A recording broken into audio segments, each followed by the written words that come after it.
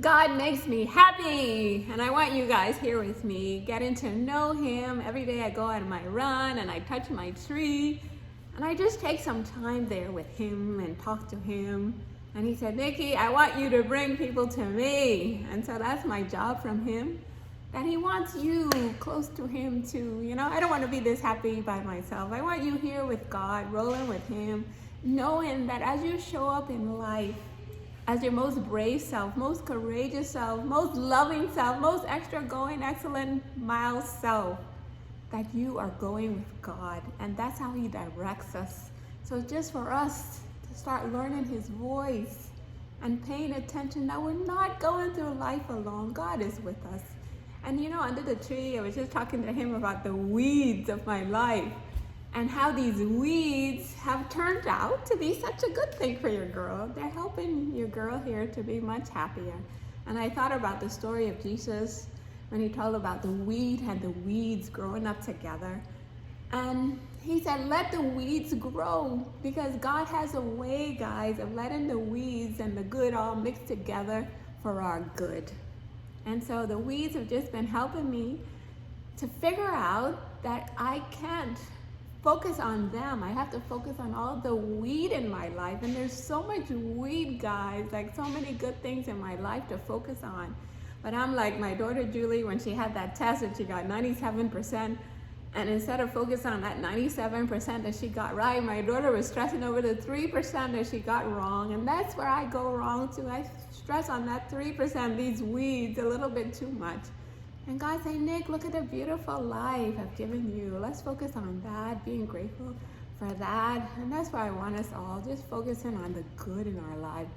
This song that I love so much that God always sings to me through from Pitbull, he said, ain't nothing perfect, girl. You got me? So you want to take the pictures of the perfect life. It ain't happening. Nobody gets to live a perfect life. But God uses the weeds, the weed, and they all work together. Another area I've been going wrong is I've been looking to other people for my love and approval. And God's saying, no. You got to get that from me, because human beings are very fickle. Today you could be the best person, tomorrow you could be the worst person.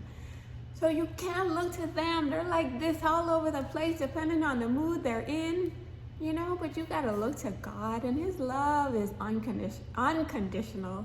Is steady, is everlasting. Like no matter what we do, He takes our sins as far as the east is from the west, takes them away from us. And His love, He just tells me anytime I mess up, I go crying to Him. He said, Nick, that's okay, just begin again, you know. And even sometimes I learn more from my failures than I learn from, you know, to the good things that I do. I learn more from my weaknesses and how I can be better, how can I improve. And so God has a way of using all the bad and the good and mixing them all up together to make us better, to make us wiser, to make us stronger, to make us happier. You know, when we know that we're rolling with Him. Last night, a situation called up and my manager was all panicking. And I just told him, stay calm, you know, let's stay calm. And then next thing I know, this show that we were watching on the TV, this manifest, and it just said, stay calm. And then I go to my computer, there's a message on there saying, stay calm. You know, so God is pretty talkative when you get to know Him. And that whole situation is really under control now. That we're gonna have stresses and we're gonna have challenges, but we also have to remember God Day, like they say in Nigeria. He's there, He's available. As we show up and do our 50%, I say, He's at work in the spiritual realm on our behalf, working things out for us, fighting battles for us. It's just for us to stay in step with Him, follow His lead. And every moment, follow God's lead. Just say, God, what do you have me to do here? God, where do you have me to go here? Even I'm about to go do my second dose of the vaccine, and it's just another conversation with God. Should I do this vaccine? And I just felt Him in my spirit telling me, say, take the Pfizer, you know. So He talks to each of us individually. And so it's just for us to hear Him. And even with that Pfizer thing, kept feeling a nudge from Him, do the Pfizer, do the Pfizer, do the Pfizer. And then one day I was just out driving, and I saw like this on the back of this car. It wasn't actually said Pfizer, but it was spelled as if it was saying Pfizer.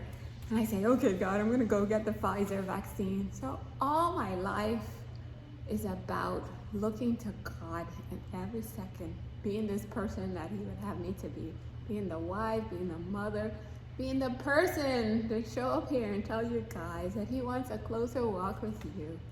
And that will be His privilege and His honor that you be known as a friend of His. So would you give God that honor and privilege and say, God, I'm a friend of yours. And just walk with Him in every moment, just seeking to please Him in everything that we do.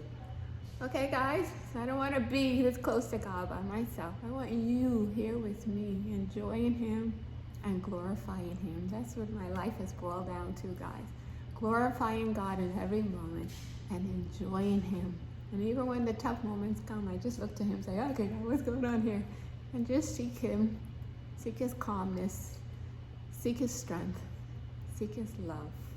So don't miss out. The best life with God. Peace.